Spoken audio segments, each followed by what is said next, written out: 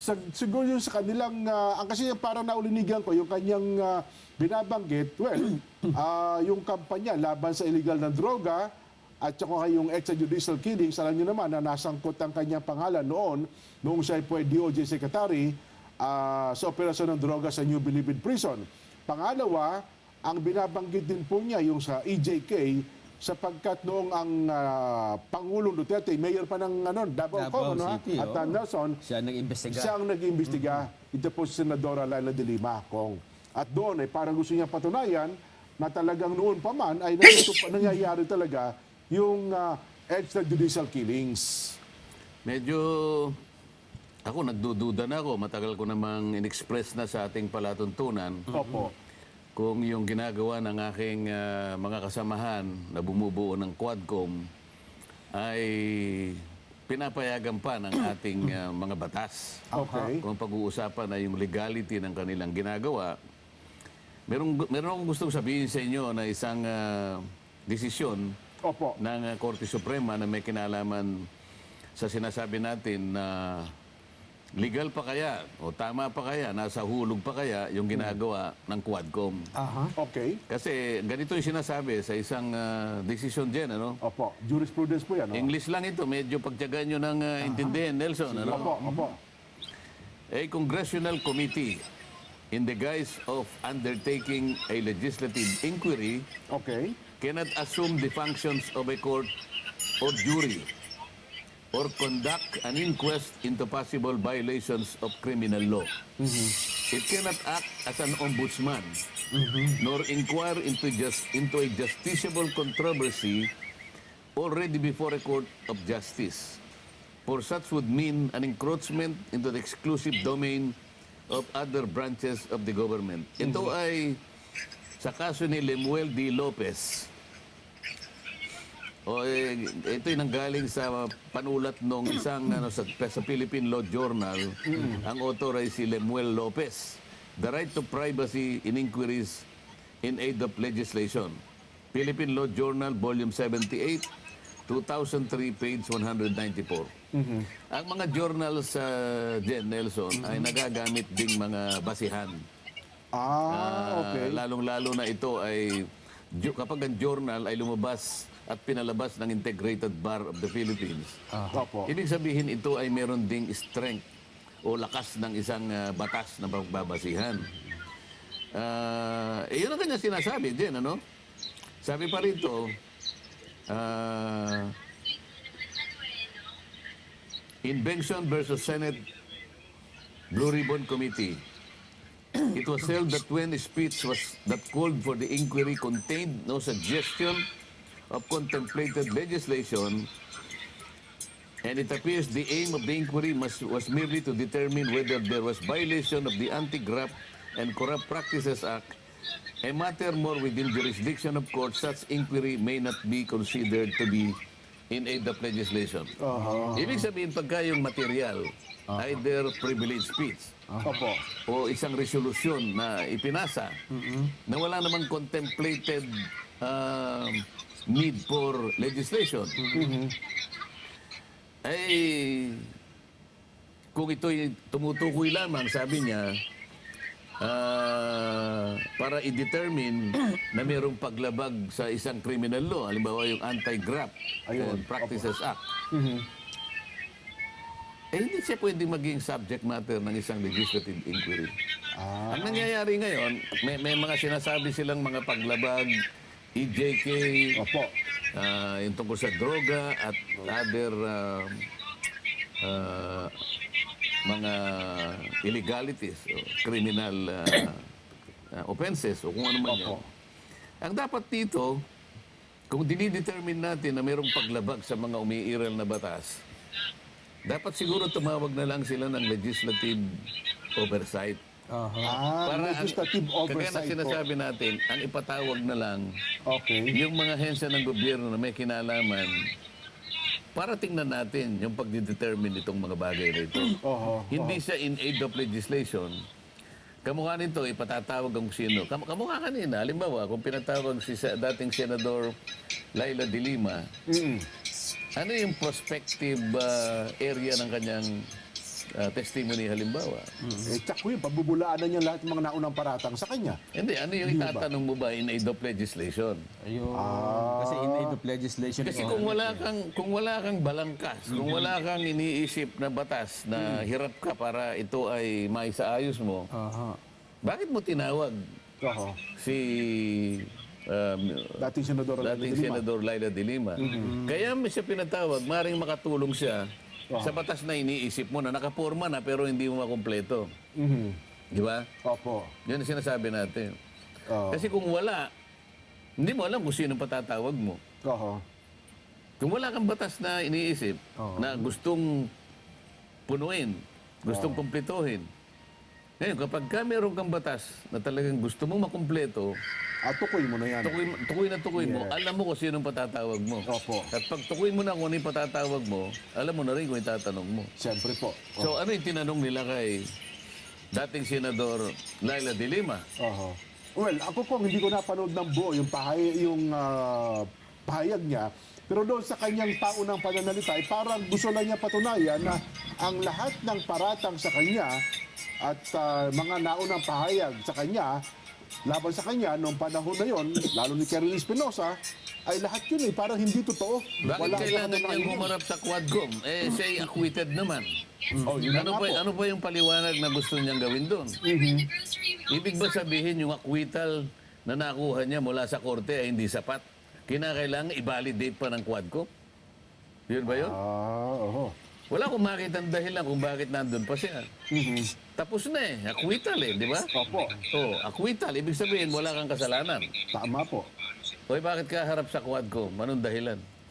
Ang iginigit nila doon kung ay eto ay isang katunayan na noong panahon na may drug war ang dating Pangulong Duterte, kahit sino ay pwede nila ipakulong. Merong extrajudicial Aside from killings. EJK, Oho. may So, pinapakulong. ano nga yung nag-guide sa atin na batas? Asan ang legislative purpose? Yun nga po. Kasi pwede kang mag-isip ngayon, saan papunta na naman ito? Di ba? Opo. Ibig mo ba sabihin, pagkatapos mo halimbawa mapagtanong lahat ang mga taong umarap sa'yo, doon ka pa lamang makakaisip ng panukalang batas? Hindi ganun yun, baligtad yun Opo. Hindi ganun yun. Kinakailangan meron ka nang nakaamba, meron ka nang nakabalangkas na panukalang batas na gusto mo na lamang na ayusing mabuti sapagkat iniisip mo yung kondisyon na maaring tamaan ng batas mo, ano ang consequence ng batas ko kapag ito ay naisa batas na. Ayun. Kaya kakailanganin ko yung pakikipag-ugnayan ng mga tao na may kinalaman dito. Dahil yung epekto ng batas, yung sirkumstansya, mag-iiba Oo. dahil sa batas ko. Ayun. Para ngayon, pag nalaman ko yung consequence, dito ko na lang dito ko ngayon i-redirect ang aking batas. Oo. Kung wala kang ganon, bakit ka tatawag bigla?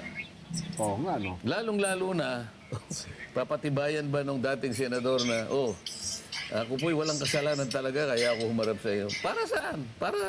Para ano pa? Para yung malinis na pangalan niya, nilinisin pa niya siguro kasi acquitted na nga siya. Sa mga tweet, Oo. hindi siya ganap na malinis no sabihin ng korte Well, na acquitted siya. parang ganun na nangyayari ko kasi kinakailangan pa nilinisin ng Quadcom. Hindi nga, kaya nga sinasabi ko sa'yo, Opo. hindi ko na makita yung direksyon ng Quadcom. Sa ngayon, sa ginagawa nila. At kung ipatatawag nila ang dating Pangulong Rodrigo Duterte, ano naman kaya ang may kukontribute ng dating Pangulo kung sa mga batas, kung may mga batas man na nais silang ilimbag o gawin? Alam mo, binabasa ko rin yung rule ng meron kaming Opo. rules of procedure governing investigation in aid of legislation. Okay. Ito ay published rules Oho.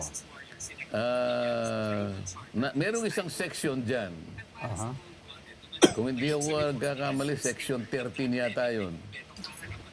Kapag binasa mo yung second paragraph, sino man kanya ang na-mention na pangalan sa mga pagdinig.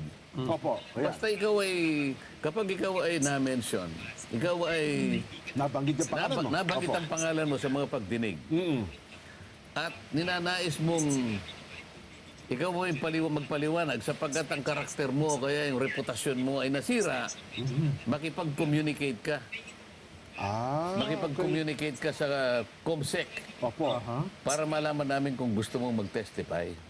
Pwede pala yun. Kapag alam niya, nabanggit ang pangalan niya, at sa palagay niya yung kanyang reputasyon at karakter ay adversely affected. Opo. So lahat ng pupunta doon, nabanggit ang pangalan eh. Eh dito hindi, nabanggit ba yung pangalan ng mga tinatawag ngayon? Hindi naman eh. Kahit sino na lang ang pinatatawag, doon ako nagtataka. Opo. Ang pinatatawag lang, lahat ng nabanggit sa mga pagpapatawag na pagdinig. Halimbawa din, ikaw nabanggit, o kaya si Nelson. Opo. Sa palagay mo, medyo naapektuhan ang iyong kredibilidad, ang iyong pangalan, opo. ang karakter mo, o kaya reputasyon mo. Susulat ka ngayon. Gusto ko pong mag-testify dyan. Tumistigo. Para siguro linisin mo yung pagkakasabi sa'yo, pagkakabanggit ka. Hindi po ganun eh. Oh, okay. Paano kung iniisip ko halimbawa ikaw Jen, Opo.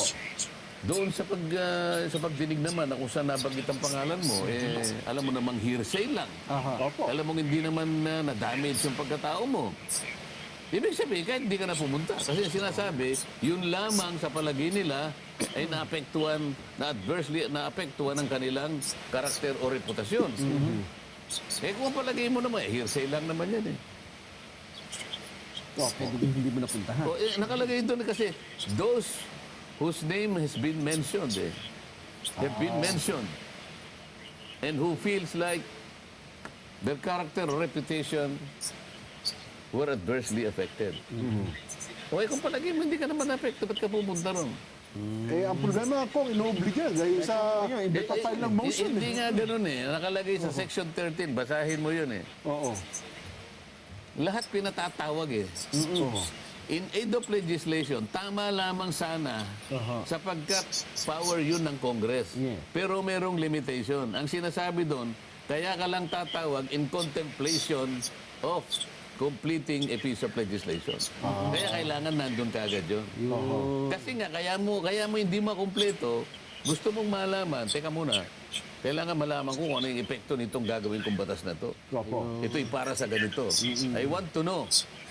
Ano yung magiging kapakinabangan, ano yung hindi magiging kapakinabangan, anong magiging negative nito. Naku. So, kailangan meron ka ng batas. Kung wala, tatawagin mo sila, parang mali. Mali nga pala yun. Di ba? Hindi, ang nangyayari kasi kung pag nag-motion, Your Honor, na si Jen Subarjag at Nelson Lubaw ay ipatawag dito pag hindi dumano. Naku, content ko kayo, ini-ignore ninyo, binabaliwala ninyo ang imbitasyon ng Quadcom. Yun po ang nangyayari palagi. Hindi nga ganun eh. Ang ganun Hindi ba? nga ganun. Meron kang puwersa na ipatawag mo sila. Oo. Ngunit ang mahigpit na limitasyon, Opo. meron ka ng panukalang batas. Kasi kaya pupunta doon, kailangan mo ng impormasyon. Yun ay auxiliary, yun ay essential requisite nung karapatan tumawag ka. Nung karapatan tumawag ka ng inquiry, kinakailangan dumating sila. Yung coercive power, nasa sayo. Pero ang limitasyon, kailangan may kaugnayan sa paggawa ng batas. Kaya nga in aid of legislation. Di ba? Kung hindi, lahat na lang ipatatawag mo. Para saan? Yun ang tanong eh. Kaya nga doon sa mga ibang jurisprudence, pati yung rule of pertinency nakalagay eh. At pagkatapos, yung karapatan ng tao nga harap sa'yo ay dapat maproteksyonan. Meron din pala. Kaya yung karapatan, ang daming constitutional rights dyan. The right to privacy, the right against self-incrimination. Pero kapag pinilit siyang sumagot, pipilitin siyang sumagot, kapag ayaw niya sumagot, ikukulong siya. Saan ka ba nakakita gaya na sinasabi na natin nung nakarang araw? Nagpapatulong ka lang. Nung ayaw niya sagutin kasi personal namang masyado, ikukulong mo yung tao. Hindi ba parang may dual na katauhan yan kung na in aid of legislation tsaka in aid of, di ba, investigation.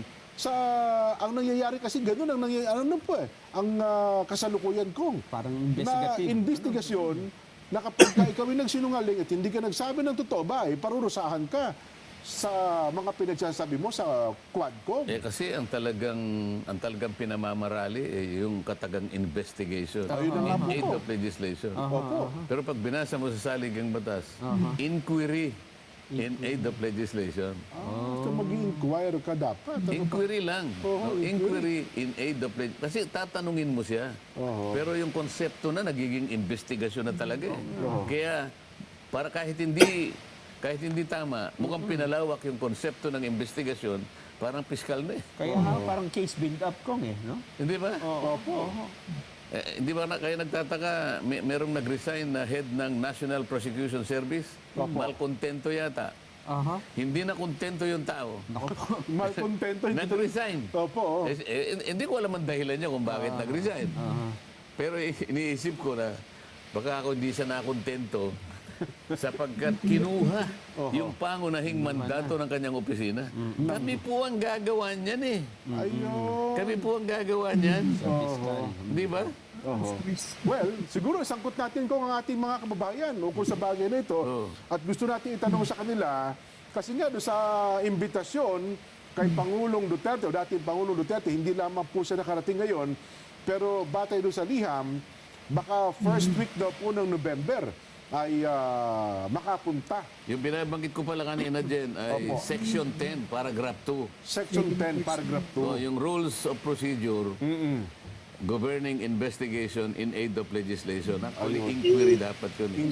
Any person so notified who believes that one's character or reputation was adversely affected may, within 7 days after receipt of said notice, communicate with blah blah blah. May hindi mandatory eh. Kung alam niya lang, kung naniniwala siya na adversely affected ang kanyang character or reputation. Nako. Oo. Mukhang hindi ganun ang practice ko kasi pagka sumagot kayo at nagsalita kayo na hindi tama dyan, makukontempo kayo, baka makulong po kayo sa Bikutan jail ng Kongreso. Yun na nga, yun ang nakakatakot niya. Sa lumampas na sila doon sa sinasabi nating limitasyon. Nako. Okay? Kung wala kang panukalang batas na pinipilit mong ayusin sapagkat gusto mong makuwalat ang kondisyon na maaring magbunga ng negatibo sa gagawin mong batas, kailangan makatiyak ka, kaya ka umaharap ng taong tutulong sa iyo, technical or otherwise. Okay? Pwede mo siyang puwersahin talaga. Sapagkat impormasyon na gusto mong kunin, very crucial para makumpleto yung panukalang batas. Ayun. Hanggang doon lang ang magagawa mo. Pero ang limitasyon, meron ka ng nakaambang batas. Opo. Kung wala, ayun ang problematic. Kasi lahat na itatanong mo. Opo. Oh. Halimbawa, sinasabi natin, pinatawag si dating Senadora Laila de Lima. Anong purpose? Para saan? Hindi ang umawag ng asawa. Nelson, Para idiin po. Kailangan pala merong purpose. Nakaugnay doon sa... para ano? Para idiin yung dating administrasyon.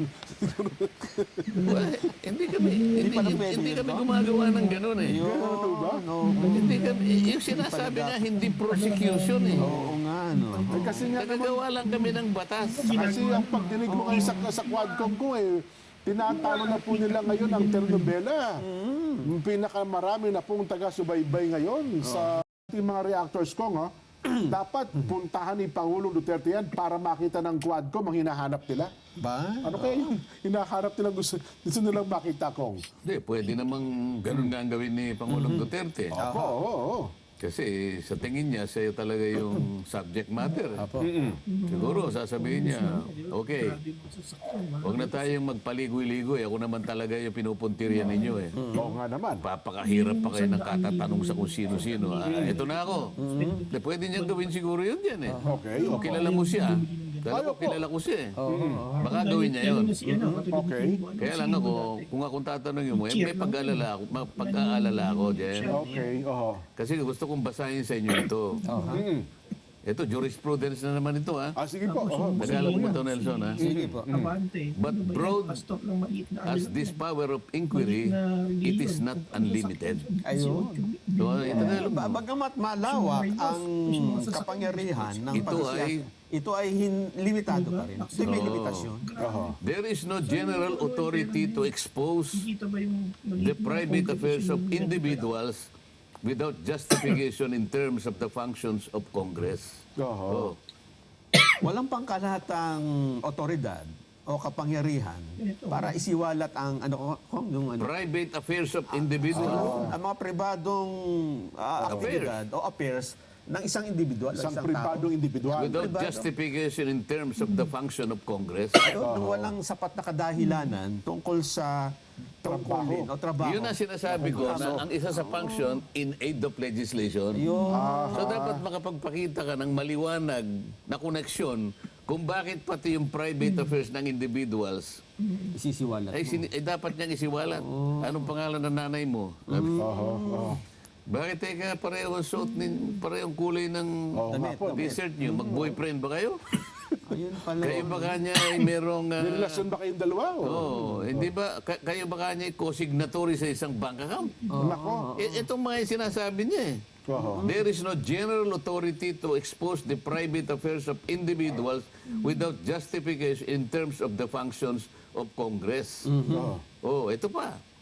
Nor is Congress a law enforcement or trial agency. Ayun pa. Oh, Tagalog. Ang Kongreso ay hindi tagapagpatupad ng batas Or trial. o Tagalitis. O tagalitis. Oh. ng anumang kaso. These are functions of the executive and judicial departments of government. Ito ay trabaho ng ehekutibo at ng korte. Judikatura. No inquiry is an end in itself. It must be related to and in furtherance of a legitimate task of Congress. Oh, sabi niya, investigations conducted solely for personal aggrandizement of the investigators or to punish those investigated are indefensible. So, hindi mo pwede talaga. Ito maliwanag. Ano pong yan? Hindi ka naman... Jurisdiction, jurisprudence. Ito ay jurisprudence na galing sa Amerika. John T. Watkins versus United States. Na ito'y kinukot din, sinasite din ng ating Korte Suprema. Oh, ibig sabihin, may puwersa din ng otoridad kung pag-uusapan na illegalidad ng mga nangyayari. Ngayon, sinasabi, hindi ka law enforcement, you are not even a trial agency. Opo. So, sabi niya, investigations conducted solely for the personal aggrandizement of the investigators. Nag-investigate members ng Quadcom eh. Yun na nga po. Ha? And in order to punish those investigated are indefensible. Hindi mo pa pangangatwiranan eh. Hindi mo pwedeng depensahan ang ginagawa mo eh. O, paano ngayon ito? Hindi ka nga prosecutor, hindi ka nga korte. Bakit nagpapatuloy? Ito yung agam-agam eh. O, ngayon, darating ang dating Pangulong Duterte. Ganito yung tuntunin. Anong mangyayari?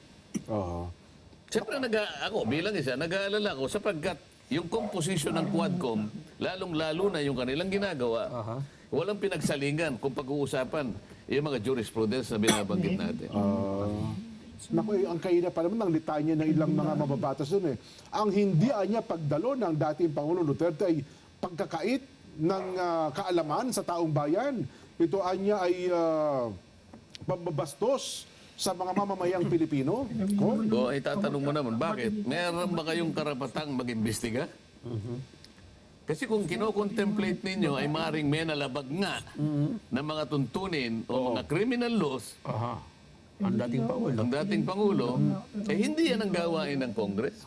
Hindi doon ang tamang Hindi yan ang tamang venue. Di ba? Ngayon, kung sila ay gagawa ng batas, In aid of legislation nga eh. sapagkat patunayan, halimbawa na, meron talaga silang batas na napo, ito ho yung batas na pinapanukala namin at kinakailangan namin ipatawag ang dating senador at ang dating Pangulo. Makatutulong sila bilang resource person. So, di pakita. Meron bang ano? Halimbawa, ito po kasi, halimbawa lang naman, Mr. Former President, ito po kasi yung aming pinapanukalang batas. Ngayon po, hindi po namin makumple-kumpleto sapagkat kinakailangan po namin ma-determine kung itong gagawin namin ay gaano ba ang epekto nito Opo. kapag ito'y naisa batas na namin. Kaya kayo pong makakatulong sa amin, kaya tatanungin po namin kayo sang-ayon po dito sa pagkakalatag at pagkakabalangkas nung aming draft na panukalang batas. O di ngayon, makikita ngayon ng dating Pangulong Duterte na meron nga sila. At makikita niya ngayon na makakatulong talaga siya kung paano kukumpletuhin at kung paano mabibigyan ng justification yung isinasang-alang-alang nila na maaaring maging epekto ng batas na yan. Kasi ang batas, merong national application. Totoo po. Ano ang magiging apekto nito sa mga bata? Di ba? So, halimbawa, tinanong siya ngayon, maliwanag na mayroong tuntunin. Maliwanag na mayroong limitasyon. Opo. Sang-ayon lamang dito sa nakatatag na ito. Kaya nga, pag nagtanong sila, wala na dito, wala na sa parametro na nakasaad dito sa panukalang batas, pwede sigurong sabihin ng dating Pangulo, kung sakali dadalo, wala na pong relasyon dito eh. Pwede bang hindi ko nasagutin to? Hindi, huwag kayo magagalit. Sapagkat, maihinuha mo dito, makikita mo rito kung talagang kaugnay pa yung tinatanong mo. Ganun sana ang dapat. Pero kung halimbawa, bigla ka na lang magtatanong Kung ano-ano. ng kung ano-ano na wala namang pinagsasaligan, ba't mo ko tinatanong ng ganito? Oo. O halimbawa, tinanong siya. Nauna pong nag-testify rito si Colonel Garma. Aha. Opo. Yan. Siya po ba'y girlfriend ninyo? O pwede bang itanong na lang ng ganun? Yun na sinasabi kong hindi naman karapat-dapat eh. Bakit po gagawa ba kayo ng batas kung sino lang ang pwedeng i-girlfriend o kung paano mag-boyfriend? Nakuha niyo ba yung ibig ko sabihin? Dapat merong koneksyon. Kaya importante na papalitawin mo muna yung panukalang batas para magkaintindihan tayo na ang lahat ng itatanong mo ay pertinent sa subject matter ng batas na gusto mong gawin. Aha. Hindi ba? Opo. Otherwise, yung sinabi kong jurisprudence sa'yo, Kasi malalim nagtatatanong ka lang to penalize or punish. Ay, hindi kanya pwedeng depensahan yan. In aid of legislation nga eh, no? Yun lang ang aking pag-aalinlangan. Kung darating ang Pangulo, kung wala yung mga parametrong ganito, kung ano lang itatanong, wala namang mabuting patutunguhan. Walang mabubuo. Di ba? At palagay ko, tsaka kaya ginawa rin niyang mga patakaran na yan para hindi masayang ang oras, di ba, ng Congress. Kasi Sabi nga, broad as it is, but it is not unlimited. Yun ang limitasyon eh. Meron kang legislative purpose, meron ka pang rule on pertinency, and the rights of the people who will appear in your committee must be protected. At sang-ayon lamang doon sa published rules. Ano sinasabi ng published rules? Sinasabi pa ron, yung kanilang karapatan ay protectionan mo. Bakit ka magtatatanong kapag ka hindi niya sinagot, ikukulong mo, ikukontempt mo. Merong isa doon, wala nang ginawa kung hindi mag-issue na lang ng contempt. Kasi naman daw kung Ikaw ay nagsisinungaling. sinungaling ka, alam ko na kasi Ikaw ay talaga totoo. evasive. Opo. Ano sinasabi ng jurisprudence yan? Paano dinidetermine kapag ka yung sagot ay evasive o kaya yung sagot ay may pagsisinungaling? Paano? Dahil ba sinabi mo nagsisinungaling? O kaya inconsistent lamang doon sa una niyang nasabi? Hindi Ang kasi- sabi, kinakailangan tingnan mo yung body of evidence.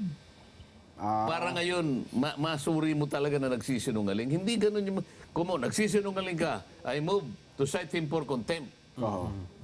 Kasi kaya daw ho nila nasabing nagsisinungaling kong yung alam nilang totoo ay hindi kasang-ayon nung sinabi nung kanyang tinatanong eh. So, yan Kasi sinasabi alam ko, na raw ho nila talaga totoo eh. Alam mo na pala yung totoo, ba't ka pa nagtatanong? Kapag ka yung sinagot niya, taliwas sa nalalaman mo, Ay, nagsisinungaling yan. sisinungaling ka. Opo. Contempt yan.